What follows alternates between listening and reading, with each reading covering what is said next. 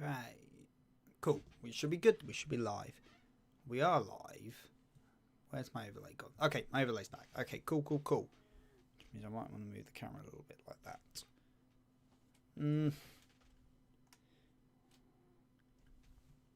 That's better. Now, I did say I was getting a... I did say I'd get a new camera by next stream. Obviously, has not happened.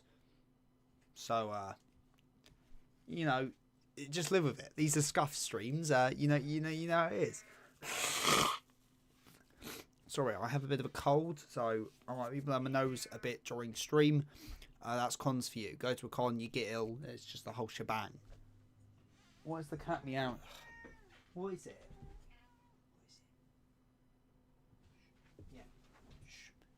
Oh, noisy cat today. Okay, everyone. Hello. How are we all doing? Cheesemo. I'll show you my power. I know exactly what that means. So when you do it, because you're going to do it, I know what you like. There will be a nice spot over there for the goddamn body pillow. But it's good to see you as always. What's that? KXZ Lyra. Hello. Welcome to chat. Masogi Box. Hello. Sorry about the cat meow. She's being a bit of a nuisance. There we go. Cheesemo has super chatted. Weird enough, the message isn't showing up on my OBS, but if I have a look on YouTube, learn the power of the pillow. No problem at all. Let me get through these. Let me catch some chat, then I will go get the goddamn pillow. Masogi Box, hello, welcome to stream. El Kane, as always, a pleasure. How are you enjoying Rasputin versus Anubis? Yeah, very, very good round. It's just like I predicted, that it was going to be Anubis for Rasputin, which, you know, assumably, the gods are going to win here. I think Anubis will probably defeat Rasputin, and then, you know, it'll be neck and neck in this final round. Presumably with Odin and, like, I guess Nostradamus could fight, but I feel it's likely Kentucky will be the one to fight, but who knows?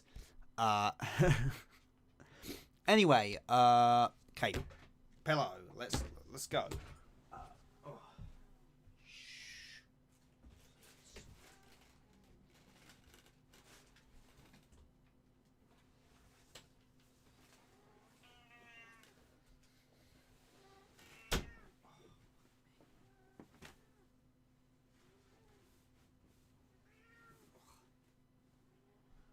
You.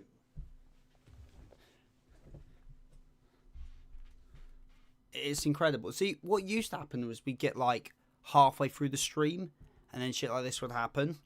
But now, like, Cheesemo has notifications on. He comes in, he puts the goddamn pillow out, and then he tends to leave stream, is what my usually happens. So, Cheesemo, maybe I'll stay around on stream for once. But we'll see. As always, body pillow time. Again, I have a cold, so sorry if my voice is a bit raspy, but it is what it is. Skeletal Rose, hello as always. Starting with lore in the chapter. Yeah, the lore, we're getting lore. The Golnir lore, we finally found out what that is. I think like Golnir having some relation to Gaul seems very likely. That seems very likely to me.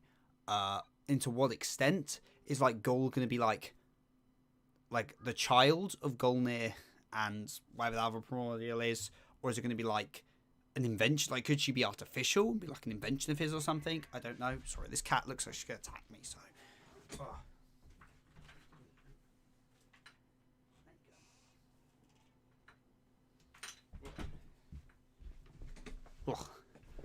very, very angry cat today. Yeah, so I don't know. There's a lot of theories going around. I've next chapter we're probably going to get a lot more lore on Golnir. But Golnir, so far, he's pretty cool. I'm just going to pull up the actual chapter. And because I can't remember what the woman primordial is called. But actually speaking out of chapter, how fucking cool, like, I think I've said before, I'm not the biggest fan of Kentucky's axe. I liked his old axe better. But, like, when he does that, like, giant, like, light axe, like, construct thing, looks bloody cool. Also, like, Kentucky, like, you know, there's a lot of rounds early on where it feels like, well, like round 3, for example, where it's like, if the human gets hit, they're going down because like the gods just pack so much more of a punch and it becomes a lot more tactical. But like Kintoki is like so goddamn strong that he's just like he can just brawl. He can straight brawl. He's a bit like Rain and Adam, where he's just brawling straight with gods. I mean, you know, he has primordial blood in him as well, so that's probably part of it. But yeah, so the Golnir shit, like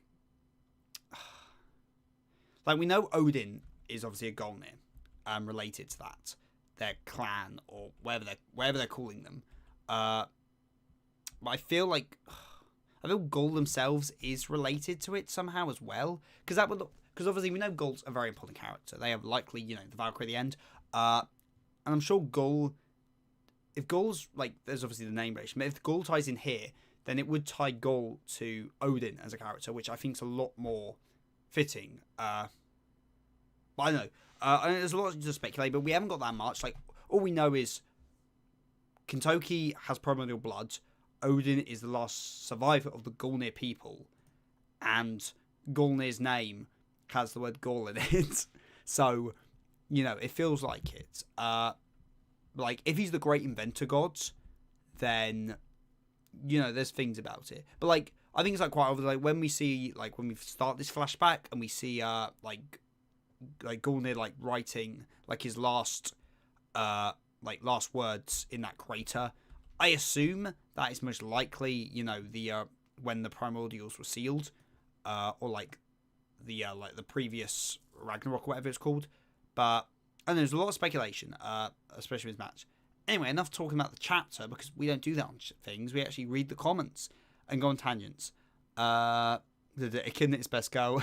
Echidna is pretty cool. Now, Echidna being weaker than Morrigan still can mean they're a powerhouse, because, oh my god, is Morrigan a powerhouse? Like, so far, like, just from a fighting standpoint, Morrigan versus, like, Nezha, it might already be my favourite Apocalypse round. Like, I'll go on a big rant about this chapter, because I really, really liked it, but I will try to get through chat first. But yeah, Echidna could be very strong.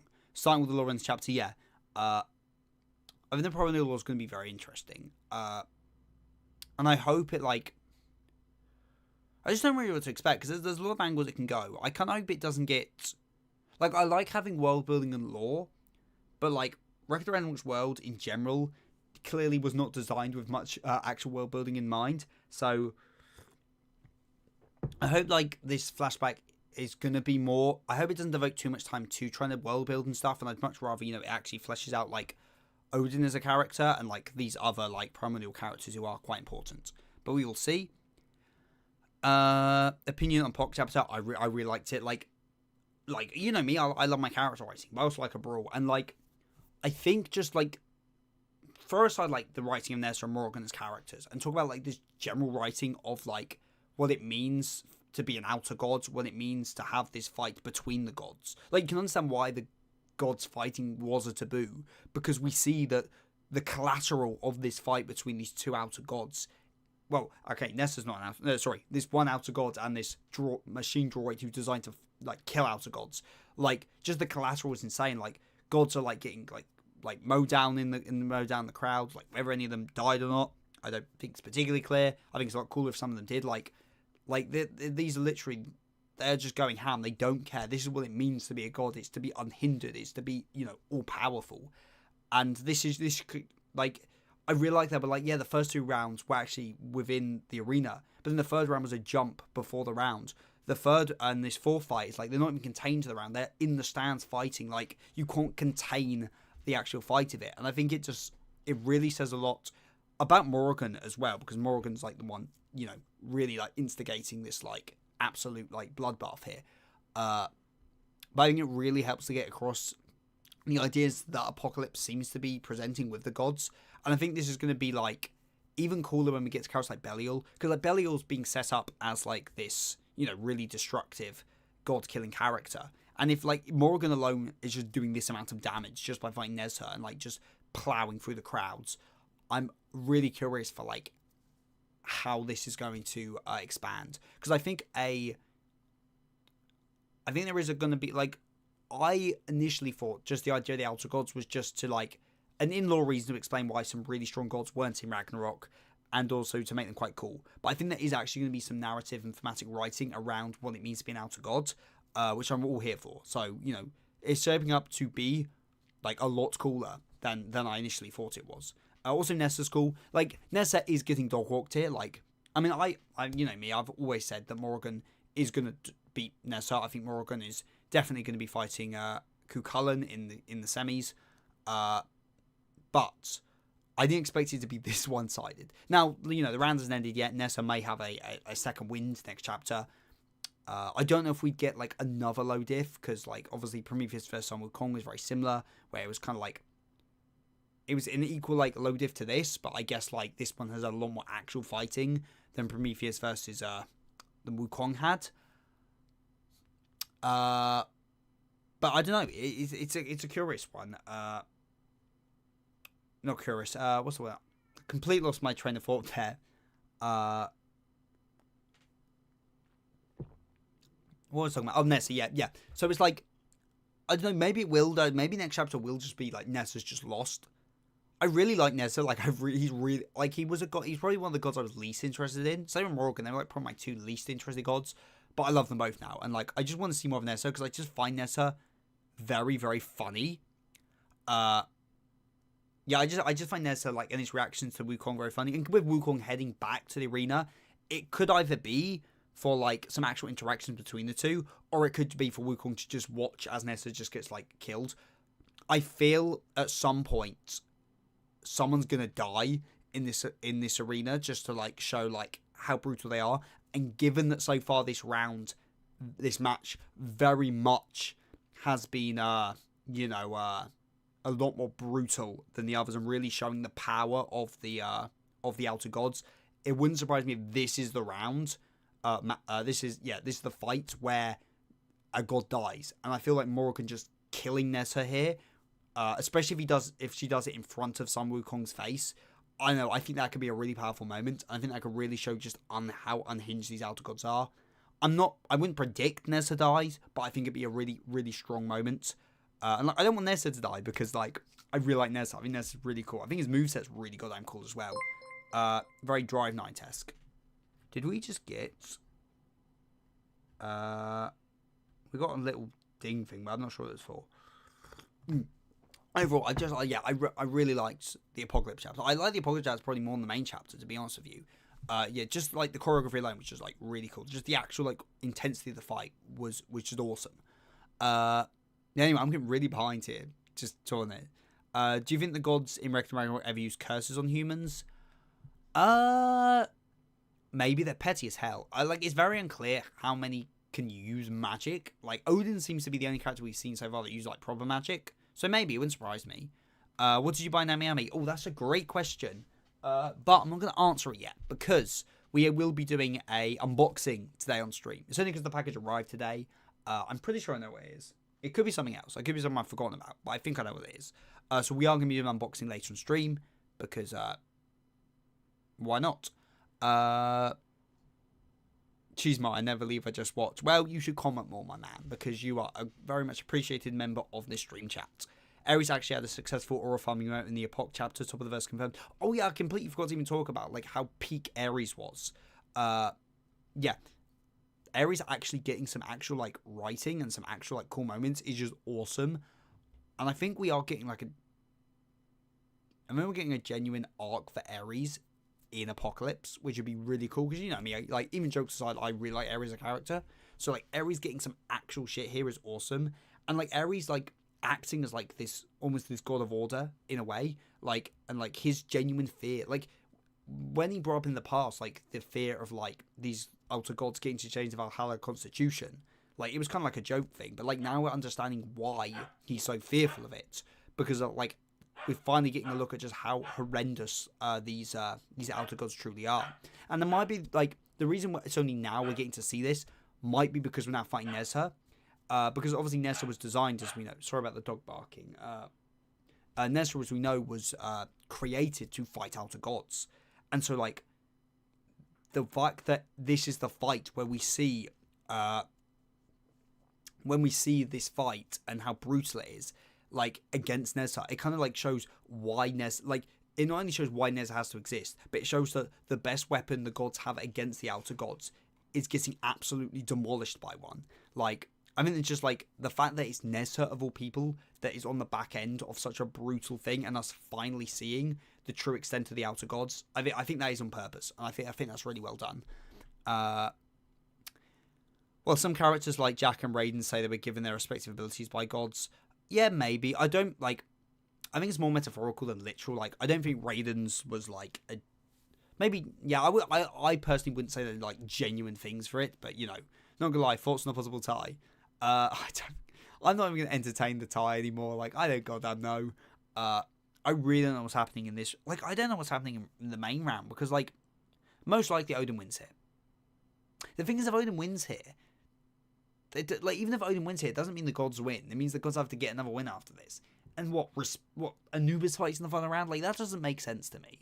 So I don't know how like, that's the bigger thing is Anubis. Like, if it was a different god that was left after Odin, like, if it was Loki after Odin, or maybe even someone like Susno, maybe I can more understand it. But, like, it's Anubis. Anubis has just been a bit of a joke character so far, so I really don't know. But at the same time, like, I don't... Like, could I see Kentucky just winning here and just winning the tournament here?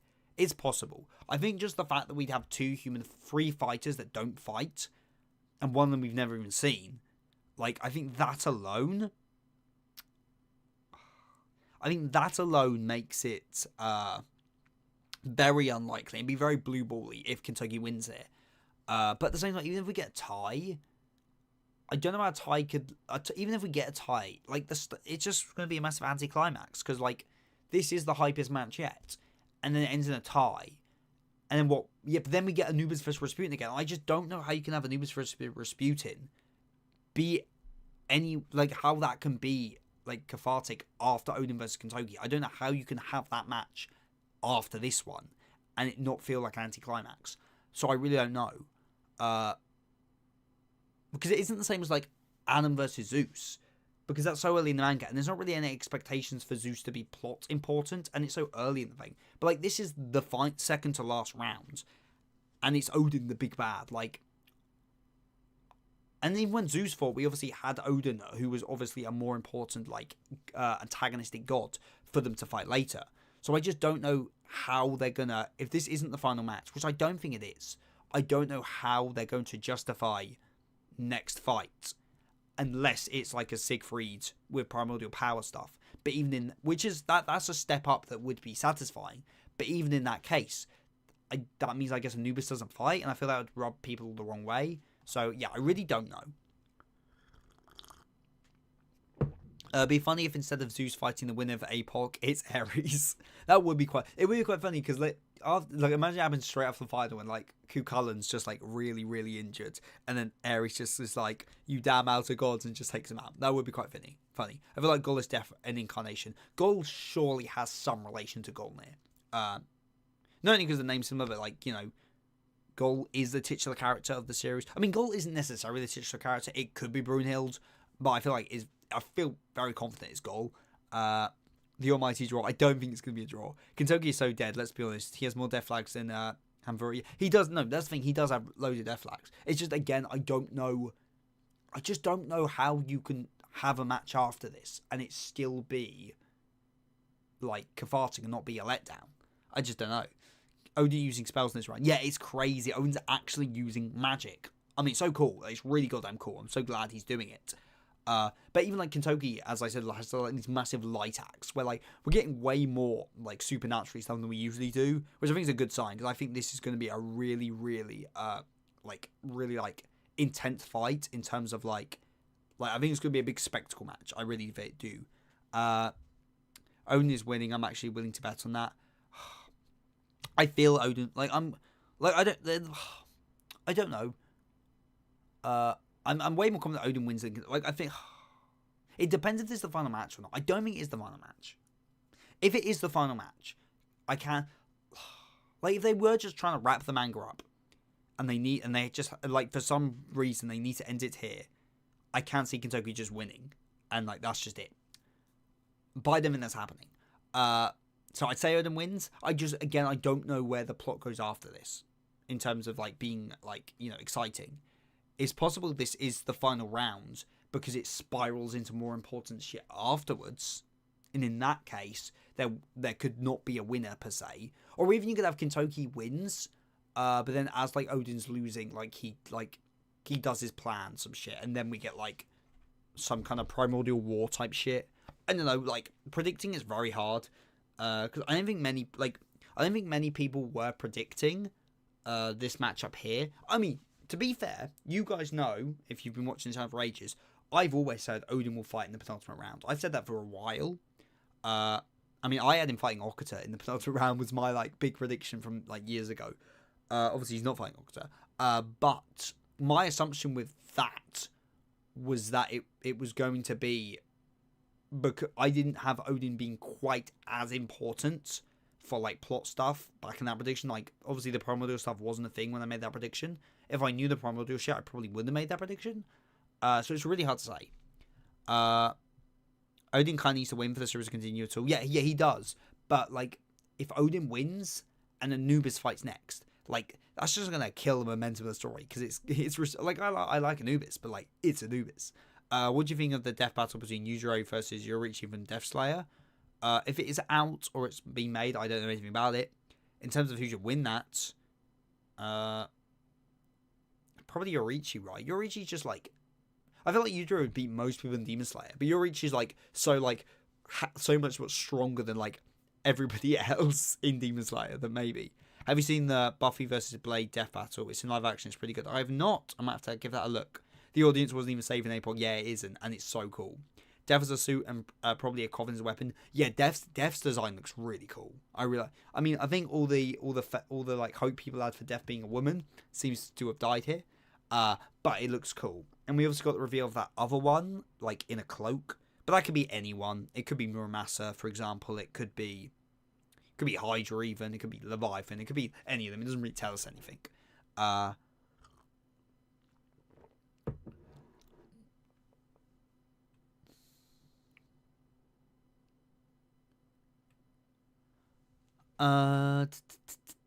I'm far back on chat here. I think they're getting a better feel on how to draw and write APOC. Yeah, I think APOC's becoming it's getting more distinct. I think the writing's definitely improving here. Ragnarok inspired me to write my own Record of Ragnarok inspired tournament manga on round 7 of 11. I'm really enjoying writing it. Oh, good on you. Yeah, it's quite fun to write. For me, because it's Ragnarok, because I didn't get to pick the roster or pick the matchups, it's a lot more difficult because I got like, it's not like, I'm not like designing the fights like in my, like, it's harder to write, but it's quite fun. Could Deku make a good fighter for humanity? I mean, he's like scaling. If we're talking about scaling wise, I reckon Ragnarok's so weird to scale that he either is pretty competitive or he's absolute dog shit compared to them. In terms of being a compelling fighter, I guess he could be. I believe this APOC chapter was the first to justify its existence, as it showed how strong these outer gods are and what they're really capable of, how unhinged they are. Yeah, I think the thing about outer gods is, although they are all really strong, what matters isn't that they're strong, it's that they are dangerous. And I think APOC, with the outer gods being such a big thing, with like, I think they said like over half the roster's outer gods. Like, I feel they gotta justify that they're outer gods, and I think this chapter especially has really, really done that. I think we would have got the fight cool card by Jarl if it ended already. Yeah, same. So that's giving me hope, but it might just be so like next chapter opens with like Wukong arriving at the arena, and then just watching like Morgan just like kill Nessa or some shit, and then we get the card. Like, I don't know, I wouldn't bet on it, as I said, but like I do think it's possible Nessa actually dies, and that's like, and it's like a big shock moment, and that's why Jarl hasn't called it, because like we're gonna witness a murder here. But I don't know yet. Summercon versus George Washington was pretty peak. I wish I could rewrite parts of that round, because like there's a lot of parts about it I wish I'd redo. But thank you. Yeah, it was pretty fun to do. Well, I think Ra should have died, considering the panel we got with him gave Bog, but he didn't. Yeah, considering he has like a spear going through the back of his head, through his eye. How that didn't go for his brain, I do not know. Scars Rose, I will say that I also agree that the Outer God title is more than just strong gods, but gods that don't follow the rules. Yeah, it's about them being like unpredictable and like it's danger rather than power. I think is a good way to put it. Ares is the strongest god, guys. Trust me, he should be. Kentucky's powers are cool so far. Yeah, like you know me, Kentucky is my goat.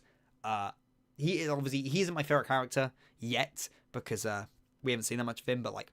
I have a good feeling that by the end of this round, Kentucky will be my favorite regular Ragnarok character because I really love him. I really love him.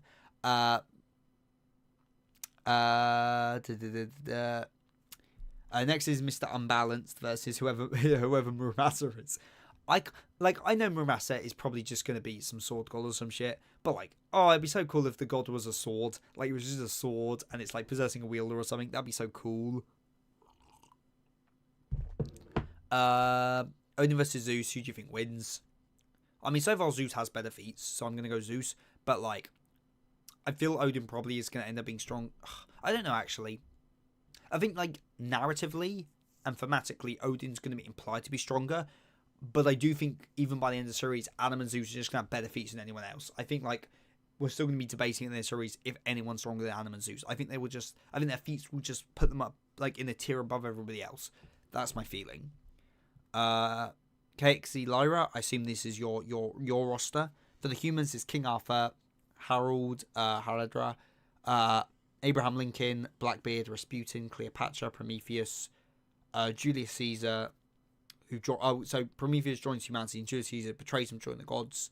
Minamoto Musashi, Vlad the Impaler, and Tesla. And then the gods is Tyr, Athena, Ares, my goat, Anubis, Lucifer, joins humanity, Dionysus, Amaterasu, Belial, Loki, St. George, Uranus. Pretty cool roster, I must say. I like the idea. Like, Prometheus joining humanity definitely does make some sense. If you want to change who fought in Ragnarok, who would you switch on the original roster? I mean, like, you know me, I love the actual, like, storytelling, so there's none I would want to change because it would, change the actual storytelling. However, if it's purely just for, like, cool factor, I'd want Poseidon to fight Leonidas because I really like to know how that matchup would go. Because I don't think Leonidas is anywhere near as fucked against Poseidon as most people seem to think it was. I just think that'd be a fun matchup. I'd like to see that. I think it'd be actually quite a close match. So I'd like to see that. In terms of other ones, Adam versus Shiva, just so I know how that would have gone. But like, there's nothing I'd truly change if I could, personally, because like I like the storytelling. Anubis will win this round. Source, trust me, bro. If Anubis wins his round, then like the gods are gonna win. Do you think Shin was supposed to fight Buddha? Like, we know that like not everyone was like Brunhild didn't pick everyone as matchups. Like Sasaki, for example, was not who Brunhild had picked.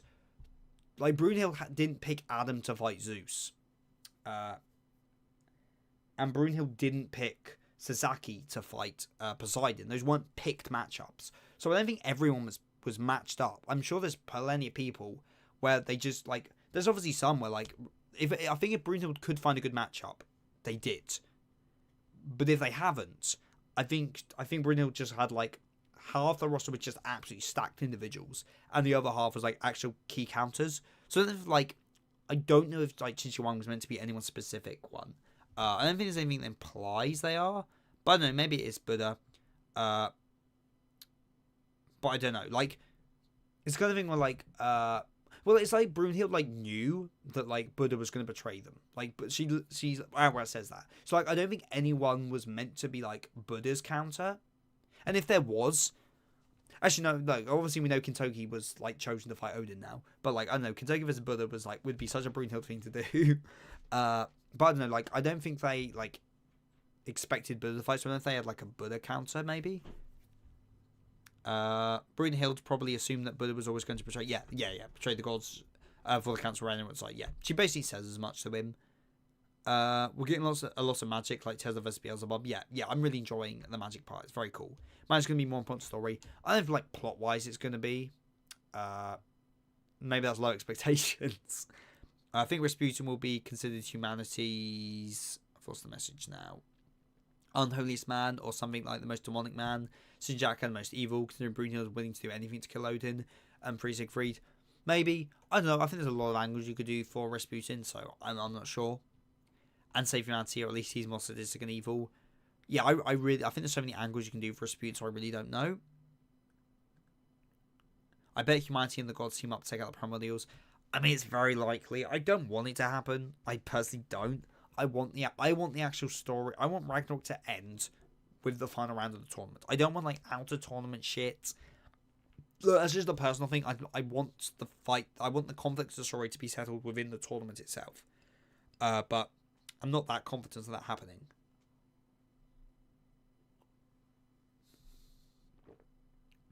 The Rent-A-Girlfriend created main character got a redesign to look like him. Got incredible stuff.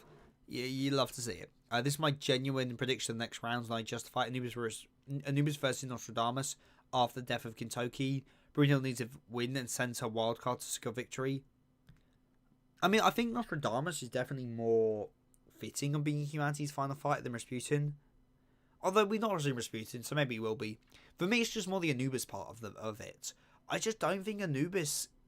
Like, Anubis has been the joke character so far. I cannot see Anubis being the final god fighter. I just cannot see that. It'd be very weird anticlimax. No, Hydra's going to be the 8 femboys gooning in the arena. Hey, you know me, I'm on the femboy Hydra agenda.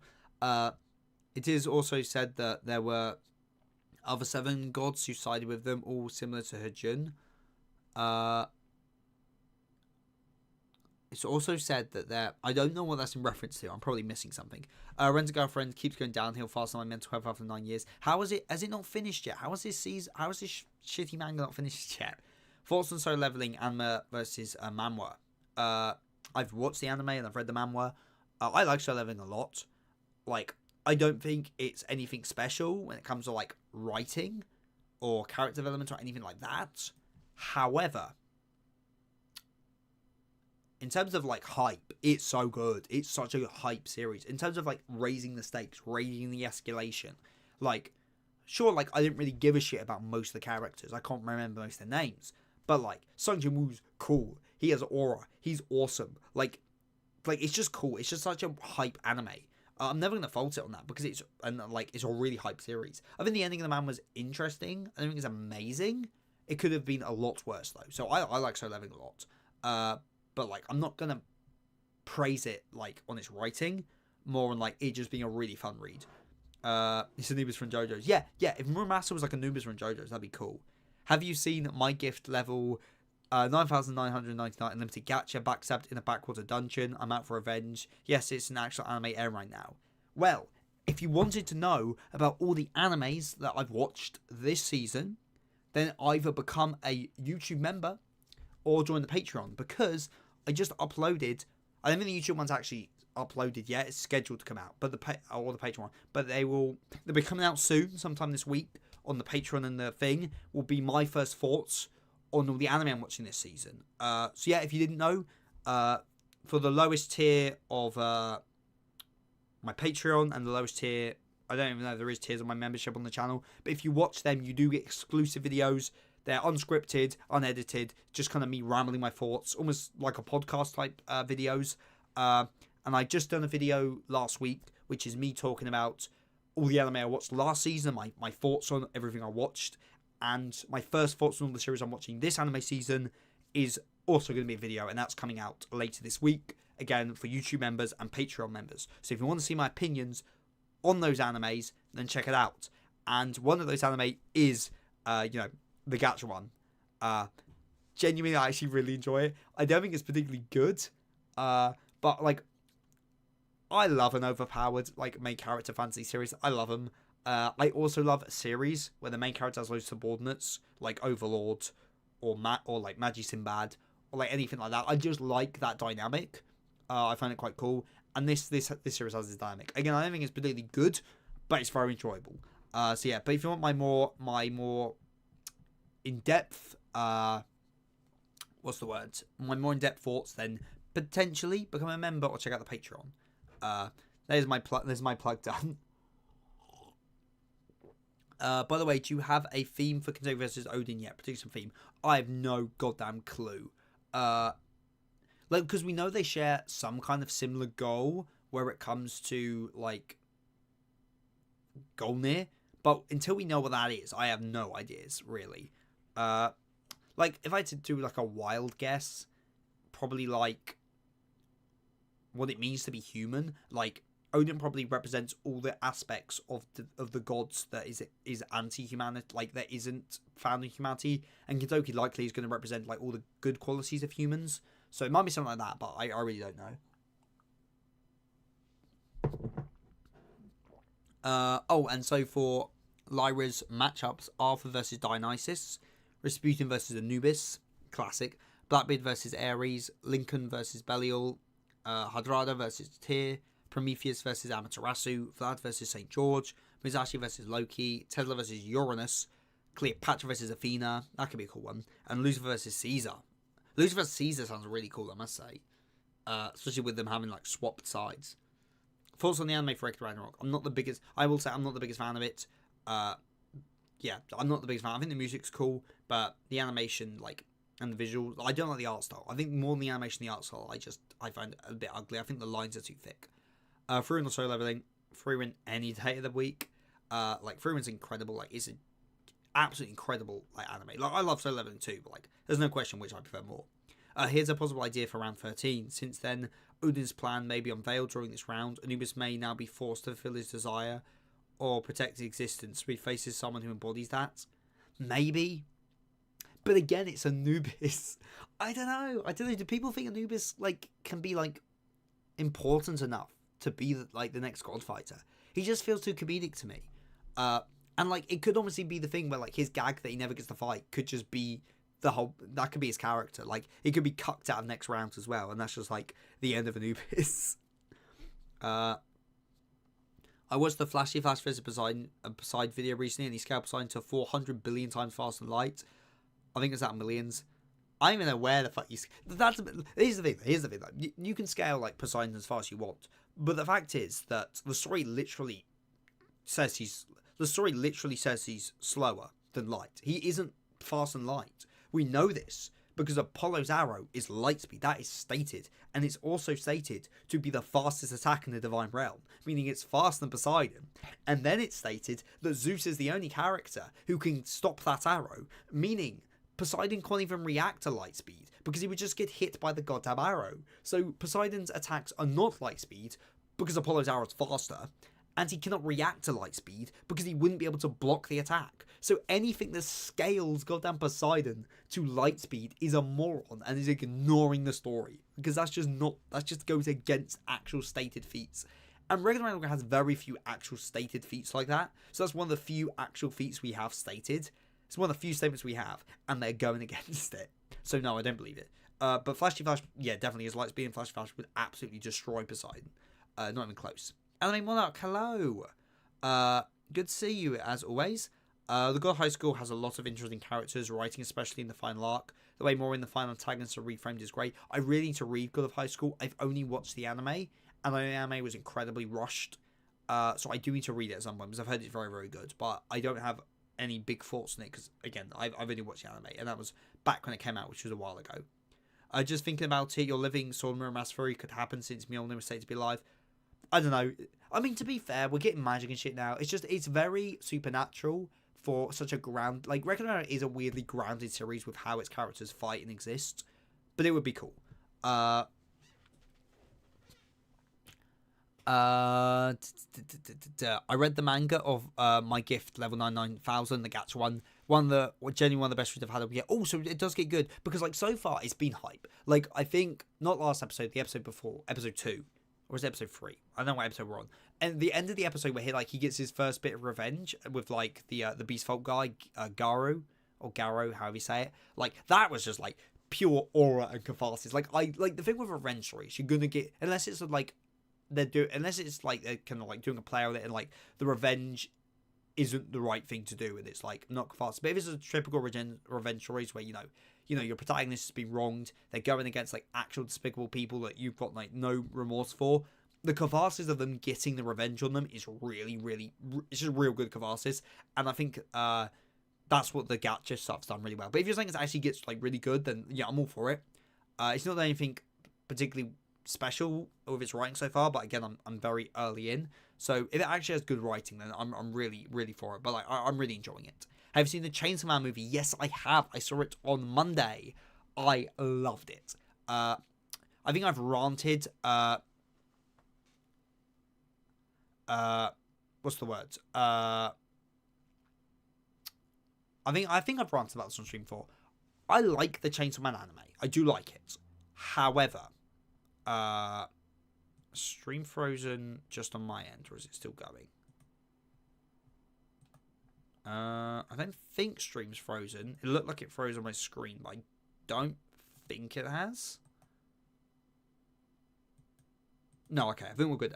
Yeah, I really like season 1 of Chainsaw Man. I just don't think it's a particularly good adaptation. Because I don't think it's the tone right. Chainsaw Man Part 1, especially in the early parts, there is a comedic and wacky element to it. It's all to do with like how Denji perceives the world. Like Denji is in an absolutely shit situation. He's getting the bare minimum. Like it's kind of like a big point of like what the Reze arc's about is like trying to like Reze explains to Denji a lot that, you know, your life is shit. This is the bare minimum. But Denji is great and like rosy. Like the fact that his biggest dream was to have jam on his goddamn toast says a lot. And so like in the manga, jam on toast is kind of like a comedic moment because like to Denji this is a big moment, but it's funny to us because like this shouldn't be a big moment. Whereas the anime plays it straight, it plays it like really weirdly depressing. Like it's almost like the season 1 of the anime is like from Aki's point of view more than anything. Doesn't mean I don't like the anime. I think the anime is really good. I really enjoy it. I think it's a really interesting take on the story. I just don't think it gets the tone of the manga right. I don't think the Reze movie gets it 100% either, but I think it's a lot closer. There's a lot more comedy moments. It's probably more because Aki's not in it much. Like it is very much 100% Denji.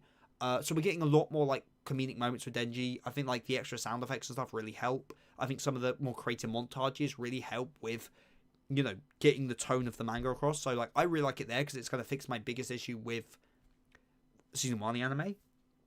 Beyond that though, the animation is beautiful. Some of the directing is really cool. Like the opening shot where it's like the manga is really cool. I love that. I think the actual fight scenes are really, really well animated. I think the music especially is phenomenal.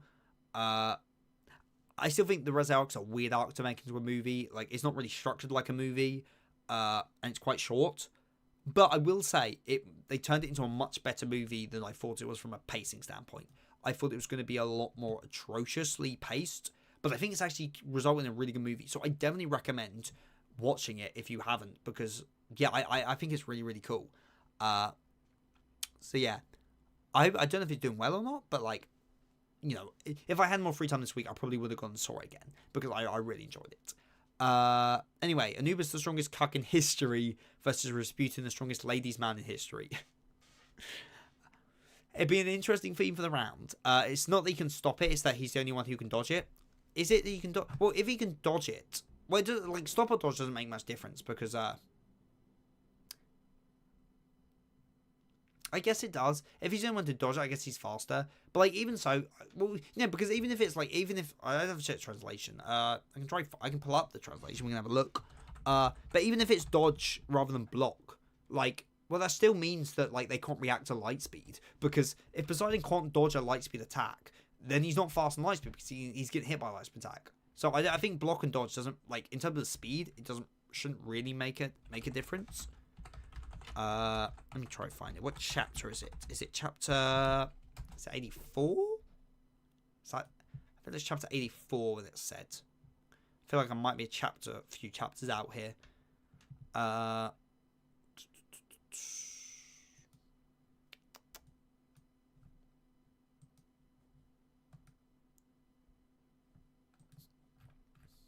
No, it's not chapter 84. It's chapter 84. 83?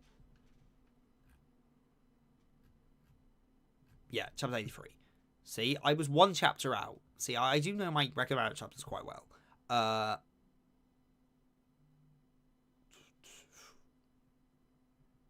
Where is it? Apollo's golden arrows are as fast as light itself. If it hits a human being, they will die instantaneously before feeling any pain. Well, that ain't fucking true, because Leo took some. That was the fastest hit in the Divine Realm. It's a technique which even defeated the Titans of any struggle. I'm the only one in the Divine Realm who can stop that arrow. I guess I have to look at the kanji, I guess. The point is, like, if he's the only one who can stop the arrow... Well, the thing is, like, no, because, like, if Leo can deflect it... Like, yeah, we know he's deflecting an instinct, so it's not the same. But, like, if he can physically deflect the arrow with his divine weapon, with, like, a volante, which is essentially a divine weapon, then that means that if Poseidon hits the arrow with his trident, if he was fast enough to hit the thing, he'd be able to block it. So it's not like it's so powerful that no one can stop it. It's just no one can react to it. Because it clearly can be, like, knocked away if you're, like, can react to it. That's clearly established. So I think this would pretty definitively say Poseidon is just not fast enough, because he wouldn't be able to hit it.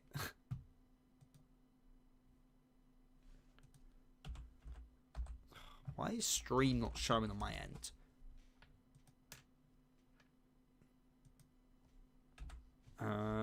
See, I'm pretty sure stream's still running. But on the off chance it isn't, and like, yeah, it's just gone black for you all. Let me just check something.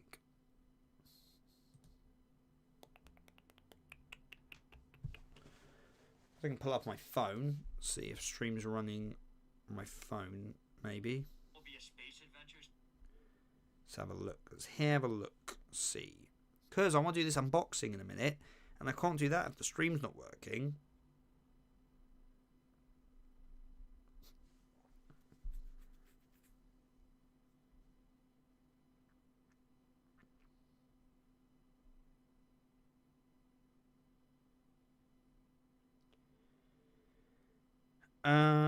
Oh no, I think stream's working. Okay, I might just have to look at my phone then for chat.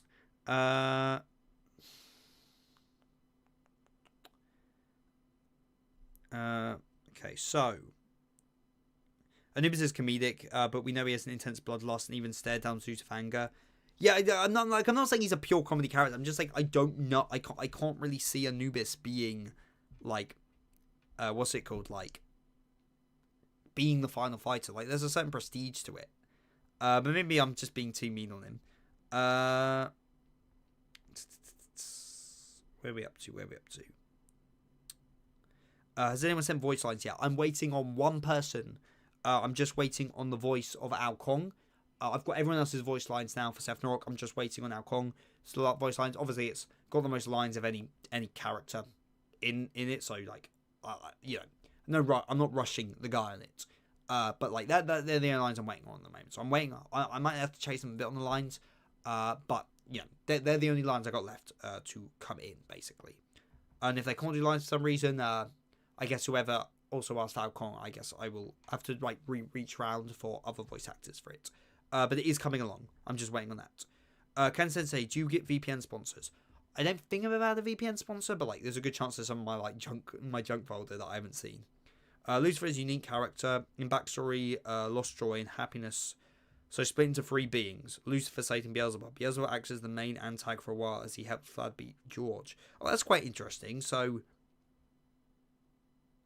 okay, that's quite cool. I think it depends how you interpret it, since one, Lightspeed is usually used as a way to say their character is fast, and two, the arrows are said to disintegrate anyone who comes in contact with it. Yeah, but when the arrows are described, they're described as being like actual light, like they're genuine light. Like the arrows aren't like light; they are light. Let me see if I can find the quote. Where is it? Where's the quote? Where is the quote? Somewhere.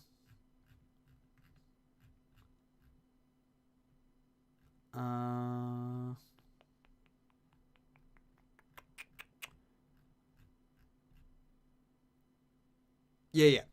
Arrows weaved out of light. Yes, they're literal. The arrows are literally light, and they're called light speed. So, I guess my point is, like, even if you want to say the arrows aren't light speed, it is the most concrete actual speed feat, like speed statement we ever get in the manga. Nothing else is ever like actual like said to be speed. The arrows said to disintegrate anyone who comes in contact with it.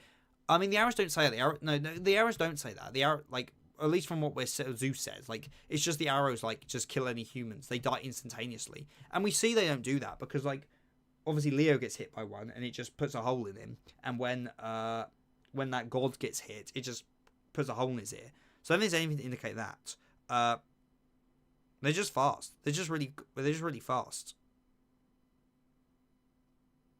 Like, I don't know, maybe it depends on the translation. The translation I'm looking at just says they will die instantaneously. It never says anything about them disintegrating. So, I mean, it's just really fast. The point is, like, doesn't matter how fast you think the arrows are, Poseidon cannot stop them. Only, like, whether it's dodging or blocking, no matter what, either or Poseidon can't do it.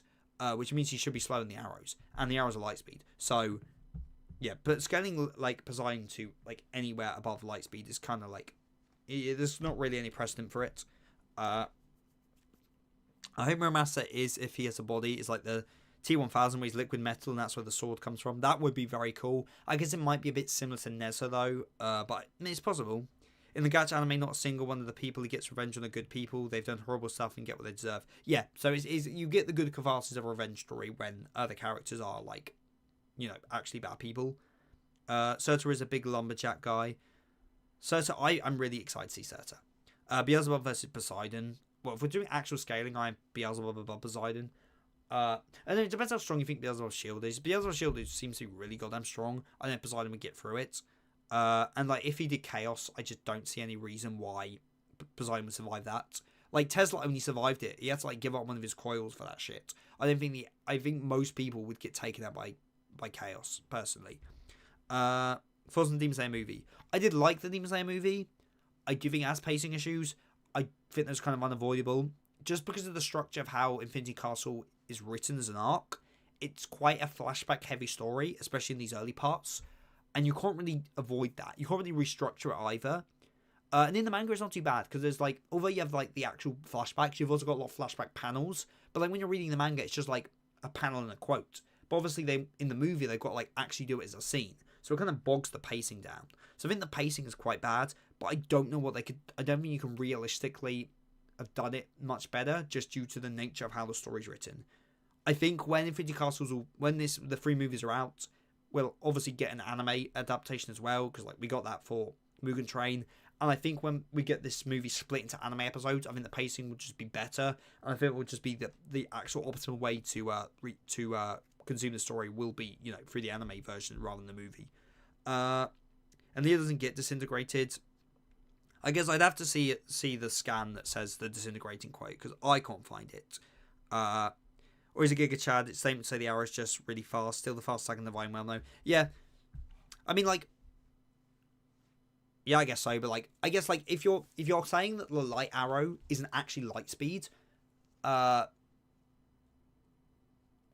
I guess yeah, you can say it doesn't mean light speed, but like it doesn't, like that itself doesn't say it's faster than light or slower than light, because again, that is the only time in the series where like you can do any amount of actual speed scaling, because like there's nothing else to compare to for actual speed. That's the only time like the actual speed of something is like actually defined. So I don't know, like it's that, and then the fists that stop time. Those are like the only those are the only two examples where like actual time, like the actual like speed of something can be quantified. And obviously Fist that stops time is obviously faster than Apollo's thing, because like, well, the whole point of it is that it surpasses like speed, it's an instant attack.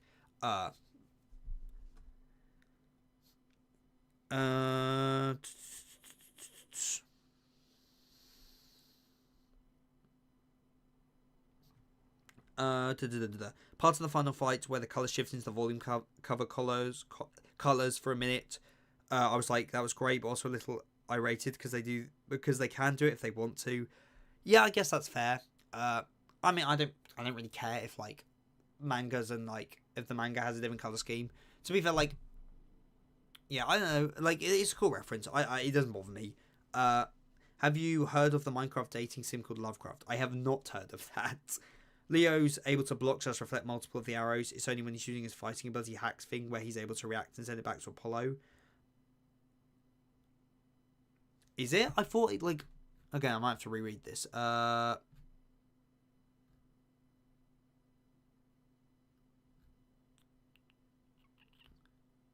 Because he blocks the first arrow. The first arrow he blocks on pure.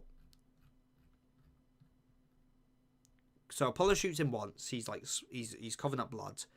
Then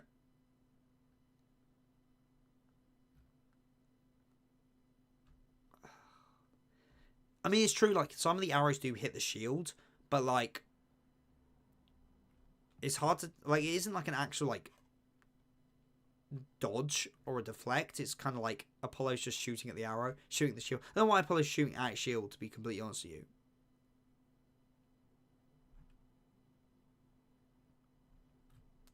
Maybe. Let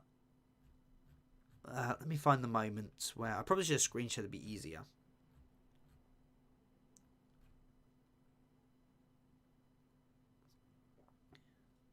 Yeah, but like if we read like when he deflects it, it's to quote, how did he deflect that? Did he see Apollo's arrow? Zeus, no, he can't see them. It's pure instinct.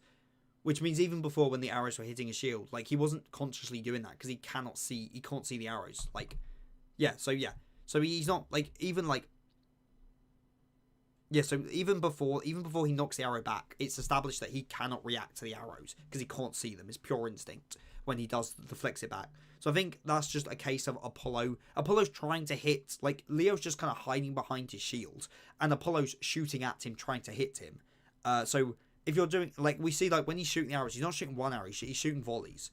Like when he uses golden arrow of the radiant meteor Apollo Ebnikes, he's firing like tons of arrows, and if you look at it, like some of them hit the shield and some of them hit him. So like I think it's less that Apollo is that Leo's blocking them. It's more that he's hiding behind his shield, and so like Apollo's accuracy isn't like 100%, so he's just like hitting the shield a few times but also hitting Leo. So I think the fact that it's established that like by Zeus himself that he cannot see the arrows would imply that he's not actually like deflecting them consciously, even when he's just blocking them. By the way, I like the Tenkaichi analysis video as I waited to finish round 1 to watch it, and I haven't read round 2, but I'm still hyped. I've just finished editing the video for round 6, which is a very good round. I really like it, so glad people are enjoying it. Have you heard of Duet Night Abyss right now? It's getting some drama of how bad it runs on devices. I've not heard anything about it, but shit like being badly optimized is not a surprise these days.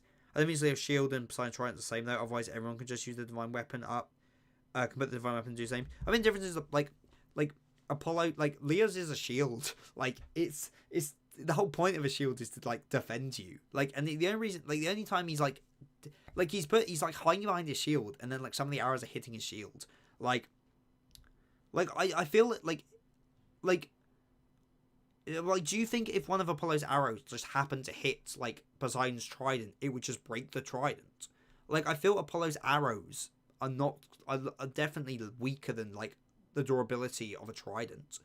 I don't see why Poseidon like I feel if any like divine weapon like deflects an arrow, it would deflect it.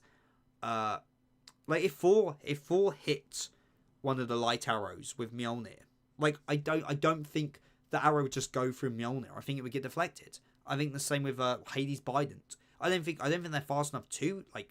I don't think they can consciously deflect it. I don't think they're fast enough. Their reaction time's good enough for that. But like, I don't see any reason why they wouldn't.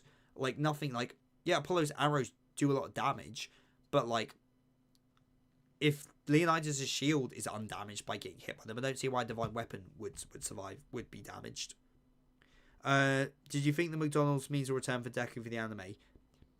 Maybe. I don't know like how terminally online the anime fans are, because I know like most of the terminally online My Hero fans are the manga ones, but I don't know. Anubis is genuinely definitely going to be the tie. To be honest, if we get a tie, probably. And delivers us rounds is him accepting himself and fusing back into one being, regaining all his powers and beating Caesar, who has God amps to win the tournament for humanity. That sounds pretty cool. I wish I could do something cool like that for Sephiroth. There's someone in the Ragnarok community that thinks Shichi Huang beats Goku. Even with like the highest scaling for Ragnarok, I don't know how you could even come close to that. I'm now glad that Death Battle community is now talking about Dante versus Clive instead of the new Godzilla versus the Hulk comic. Godzilla vs Hulk is pretty funny though.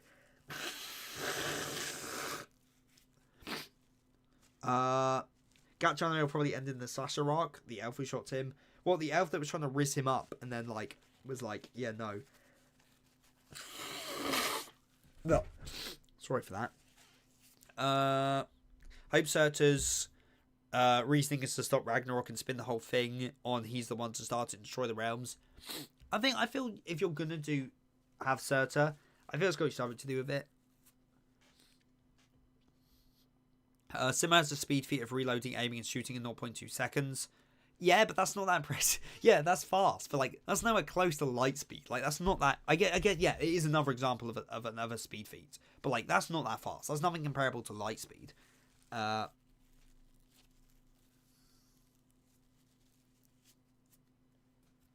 bad. I'm using disintegrator, but means die instantly. Yeah. Yeah. Ragnarok like is weird to scale. Like because like.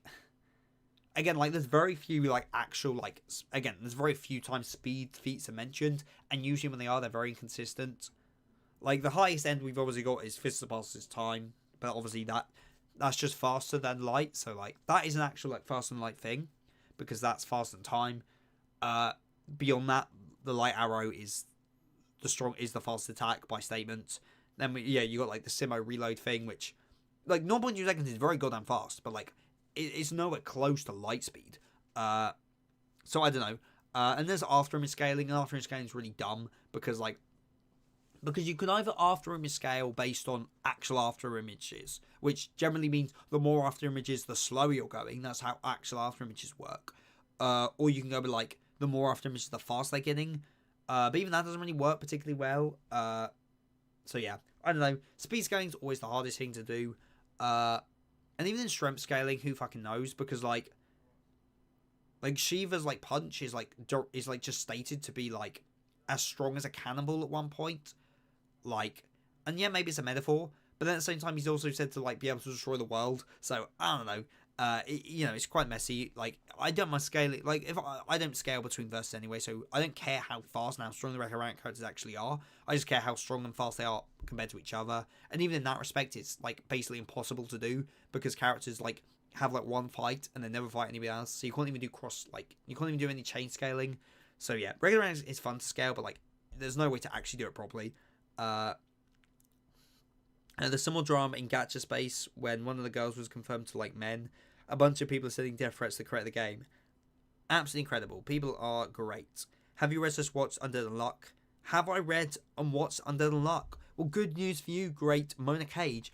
There are Under the Luck analysis videos on this channel. There's not many of them. There's a good one on Nico though.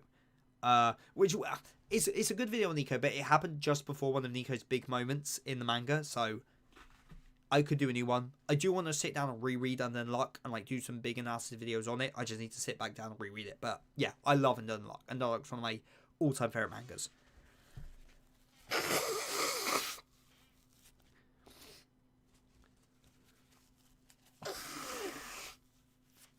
Zamasu would love Poseidon and vice versa.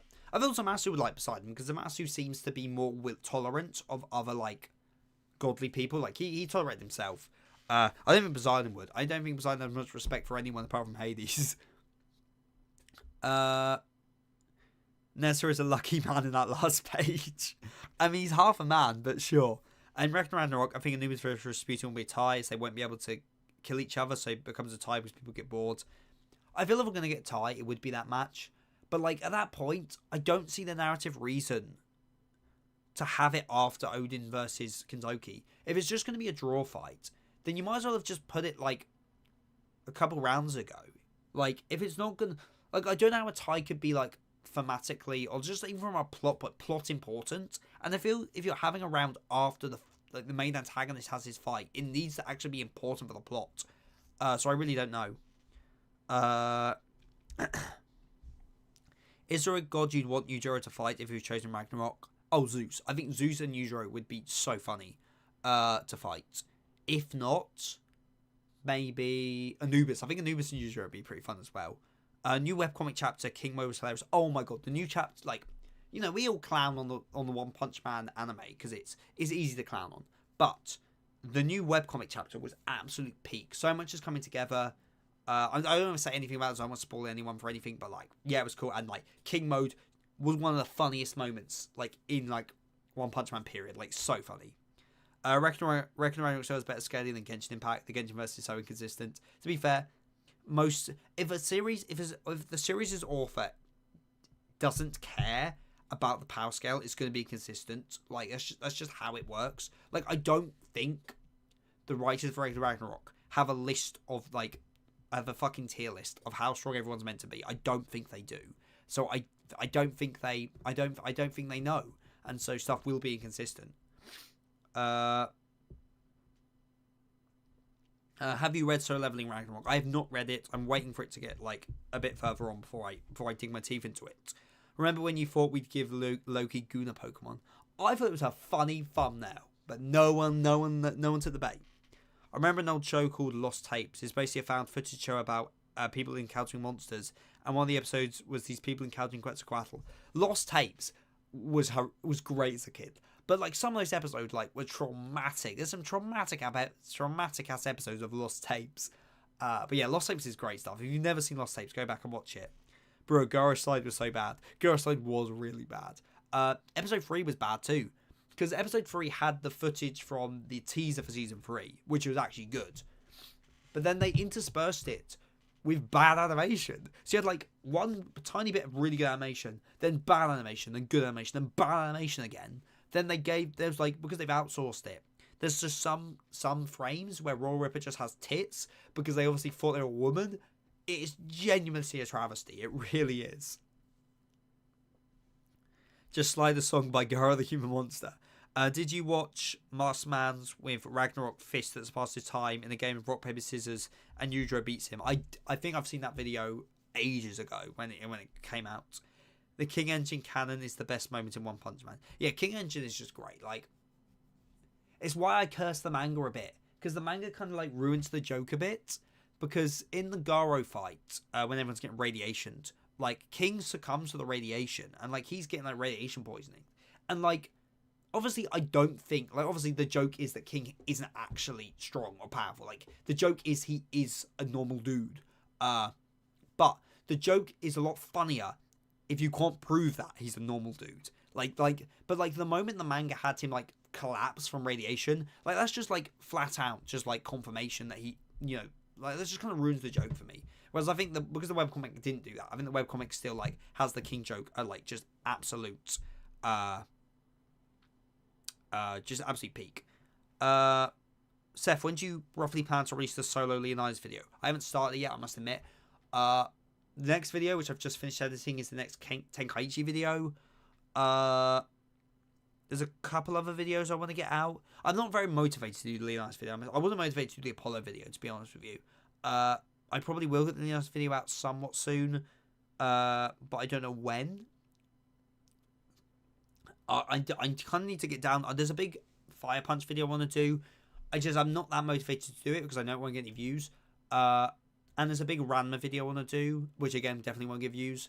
So just for the sake of I need videos to actually get views, I probably will do the Leonidas video relatively soon. Because I need those, like, actual earner videos amongst my passion videos. So it'll probably be somewhat soon. All the animation went to Fubuki. Yeah, you know the animation is going to go to Captain Mizuki when we get to that episode. The watermelon scene is going to be the best animated scene of this season. Just trust me, it's going to be. Because it's a Guna scene. My other idea is that round 12 is a tie between Odin and Katoki that kill each other, but Odin's death causes awakening of Siegfried. So round 14 is Golan Nostradamus versus Brunhild Siegfried. Then round 13 is Anubis versus Rasputin. No, stop doing this. Stop trying to make Anubis versus Rasputin the last round. It's not going to happen. I refuse. But yeah, I think that's a cool idea, though. Minus the Rasputin part. Have you caught up to Major Tyson? I'm not. I'm still behind on it. I do need to catch up. I have caught up to Kengan Omega, though. And dear Lord, has that manga become a shit show. But it's quite funny. Okay, I'm going to end stream soon. So, we're going to do a cool unboxing on stream. Because why not? Let me find some scissors. I think they're out in the hall. 1 minute.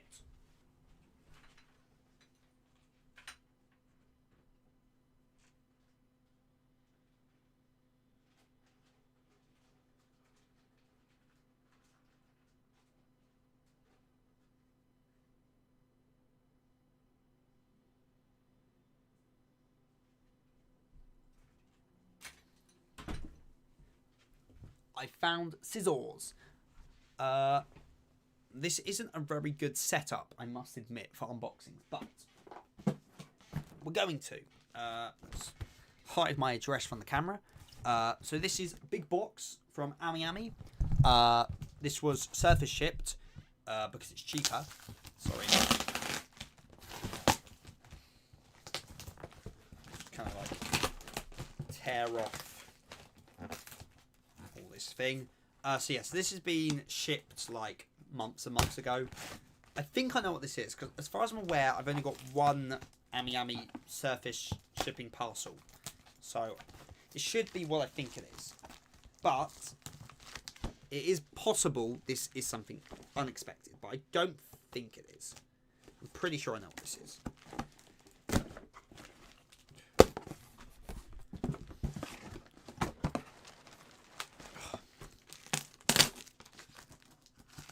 See, I don't have my box cutter anywhere near me. Okay, so. Wow. We've got Ami postcard as usual. I wonder what month this is. It's probably like an early year. I don't collect these anymore, so probably go in the bin. Sorry. I used to collect them, but like I don't need them. It is what I thought it was. So, big reveal. Can anyone read that? No, the camera's too bad. You can't read. You can't read what's on the box. So there we go. You still can't really see it because the camera's like shit. Anyway, yeah, it's a free room figure. It's my first free room figure. I'm a lot more selective now because just for room's sake of what figures I get. And I've wanted a free room figure for a while. And there was a couple that came out, but like I was like, that isn't the free room figure I want because I'm probably only get one. So I want a really good looking one. So this is a free room figure. Let's get the box out. Whoa. God, the camera makes it look really like bad, but like, God, which way do I need to go? There. I can't even remember. Is it 1/7 or 1/6?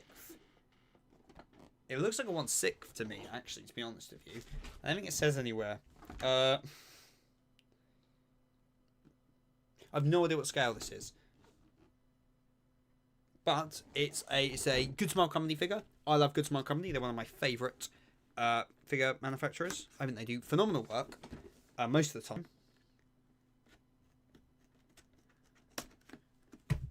Let's cut these open. If anyone remember, if anyone's a what's the word? An old viewer of the channel, and you've watched one of my second channel. If you remember, my second channel was a figure channel. The channel didn't do well, but like, you know, I don't like recording figure unboxings, and I don't particularly enjoy doing them, to be honest with you. So I kind of stopped doing them. But if we're doing it on stream, it's quite fun. Anything important in chat? Is this a maid costume? No, it is not a maid costume. Okay. Damn, so not a maid costume. Fitting that Grandpa Seth unbox the grandma. Fitting that Grandpa Seth unbox the grandma elf. Do you guys think I'm an uncle or something? Whoa. Bam. Okay. Again, sorry, the ankles are. I haven't got enough desk space to even like use like the desk as an unboxing thing. I was like, I could point the camera down, maybe. Let me have a look. Can I? Would that work at all? Not really. No, okay. Okay, that didn't work at all. Now I'm nowhere. I'm not even in frame anymore. God, this is a real scuffed unboxing. But you know, it's end of stream. We ain't got many. We've only got 10 viewers. We've got 10 viewers. We've only got 6 likes. Let's get those likes up to 10 likes, people. There's 10 of you here. You should be liking the video. I don't really know what liking the stream actually does, to be honest with you. Because, like, I guess when it... Maybe it'll push it into more algorithms when the video's uploaded. But, like, if you're not subscribed to a channel, do you even get streams, like... what's it called? Like, in your, like, recommended... God, there's so much tape on these.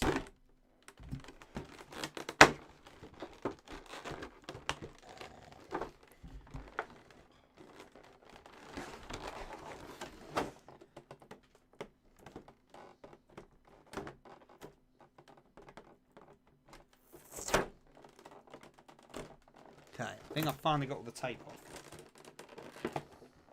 Uh-huh. You know it's good quality when there's literally like metal zip ties holding it all together. Dear Lord. That's probably why I couldn't get the boxes apart, I must admit. Oh, I haven't unboxed a figure in ages. I don't buy that many figures these days. And when I do, I usually surface ship them because it's cheaper. So it's not often... I get any. God, there's zip ties everywhere. Why is there so many of them? Oh, this is a disaster. How do I get all the... Oh my god. There's genuinely so many metal zip ties holding everything together. I can't even get these undone. Oh my... Oh, for God's sake. This is a disaster, this. Okay. I might just go get my wire cutters. It's probably going to be easier.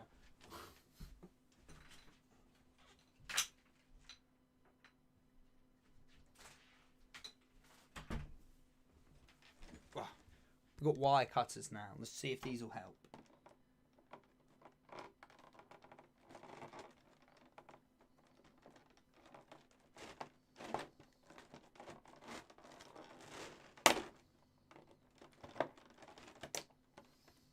Okay, that's one done. Two done. Three done. And that's all of them. Finally. We're in, guys. We're in. There we go. There we go. There's bits of metal all over my floor now. But we're in. Okay, so. We got the base.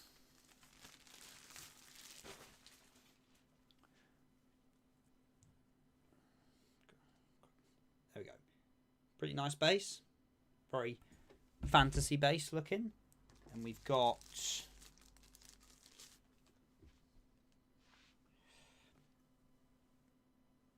her suitcase. Very cool. Oh, there's metal pegs. If you're collecting figures, metal pegs are just cool. It shows quality. We've got the staff. Get that there. Very cool. And we have Freerun themselves. I don't think it might be a 1/6. I'm not 100% sure. Because Freerun's quite short characters. Which it might be a 1/6 figure. But it could be 1/7. It's definitely not 1/8. It's too big. It's too big for that. But my feeling is it's a 1/6.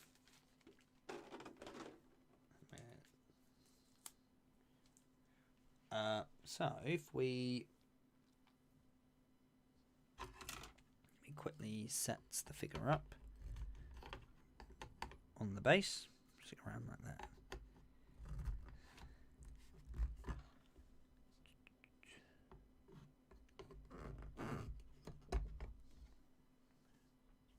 Yeah, what is it? 1 minute.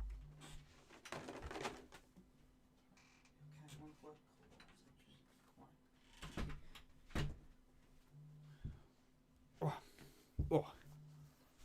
Okay, we're back. I'll just do this.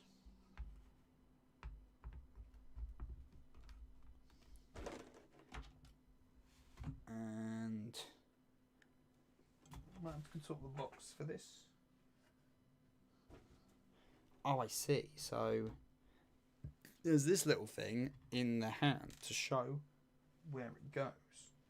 And I think it's like that.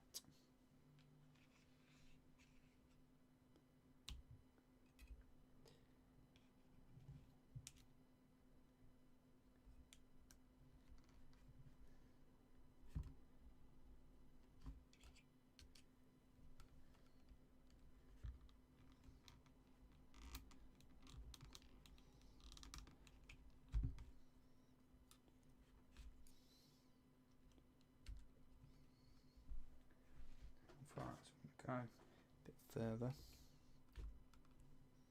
There we go. Sorry that I wasn't talking much there. Concentration. So this here is. Try to get the angle right. I don't know what the best looking angle is. There, Freedom figure. Can't tell you how much it costs because I genuinely cannot remember. But that is a new Freedom figure. Can I put this in the background somewhere? Wow.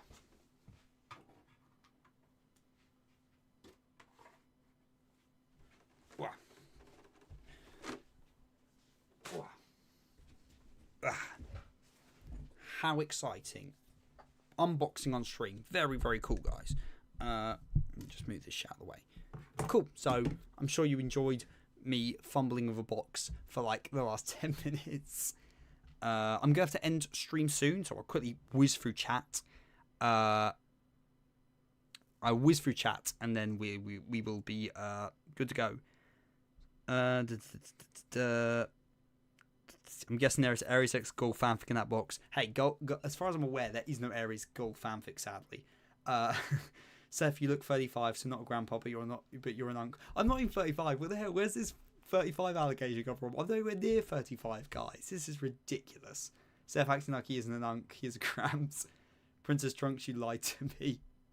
I get recommended streams a lot, so it's probably boost your streams algorithm. Okay, fair enough. By the way, plans for Halloween, Seth. Yes, I have a Halloween party on Saturday, which will be good. I'm going as Dr. House from House, so that's gonna be a fun costume to wear. How's the Kentucky cosplay going? The Kentucky cosplay going pretty well. It's over there. The undershirt's almost done. The belt wrap thing. The belt's almost done. The wrap's almost done. I've made good progress on the trousers. That's about it so far. There's a stage play. There is a Ragnarok stage play. The costumes for it look really goddamn cool. So chat, how is everyone's day going? Mine's good. Can't comment anymore. Seth, maybe that box of doom. Maybe that's the box of doom and despair. I don't think it is, but it could be. I slept the entire day because Rose. Not bad. Thanks, Ro. How about you? I'm having a nice day and hope everyone else is. Want to know something strange? Both Resident Evil and Devil May Cry have stage plays that are weirdly canon for some reason. Ben 10 has a kind of canon one as well. I know it's kind of canon because like there's some like specific aliens from it that like everyone's debating whether they're canon or not. How much for the entire thing? I'm assuming probably $100. I can have a look quickly. Let me find how much it retailed for. I don't know what my shipping cost was, but if we just want like the actual price of the figure, let me try and find the figure. It probably was more than $100. I have to say. Which one is it? This one. It is a 1/7. Okay, it was 1/7. It retailed for 18,000 yen, which is $117. So in USD, it was 117 plus shipping. But figures are expensive these days. Free run, yes, free run because it's good. Did you move because your place looks different? I have not moved. I've rearranged some stuff, but I have not moved. What do you mean by sadly hurt? Anyway, sorry, I need to go now. I didn't realize quite how late it was. But thank you everyone for stream. Hope you enjoyed the unboxing thing at the end there. Bet on me more super chats. By the way, don't get attached to the characters Unlimited Gacha. That's not part of the main cast. Okay, I expect them all to die. Okay, so I'm ending chat now. Thank you, everyone. It was a good stream. We got nearly an hour and a half out of that. That's pretty good for me. I will see you all. Sorry I'm rushing off.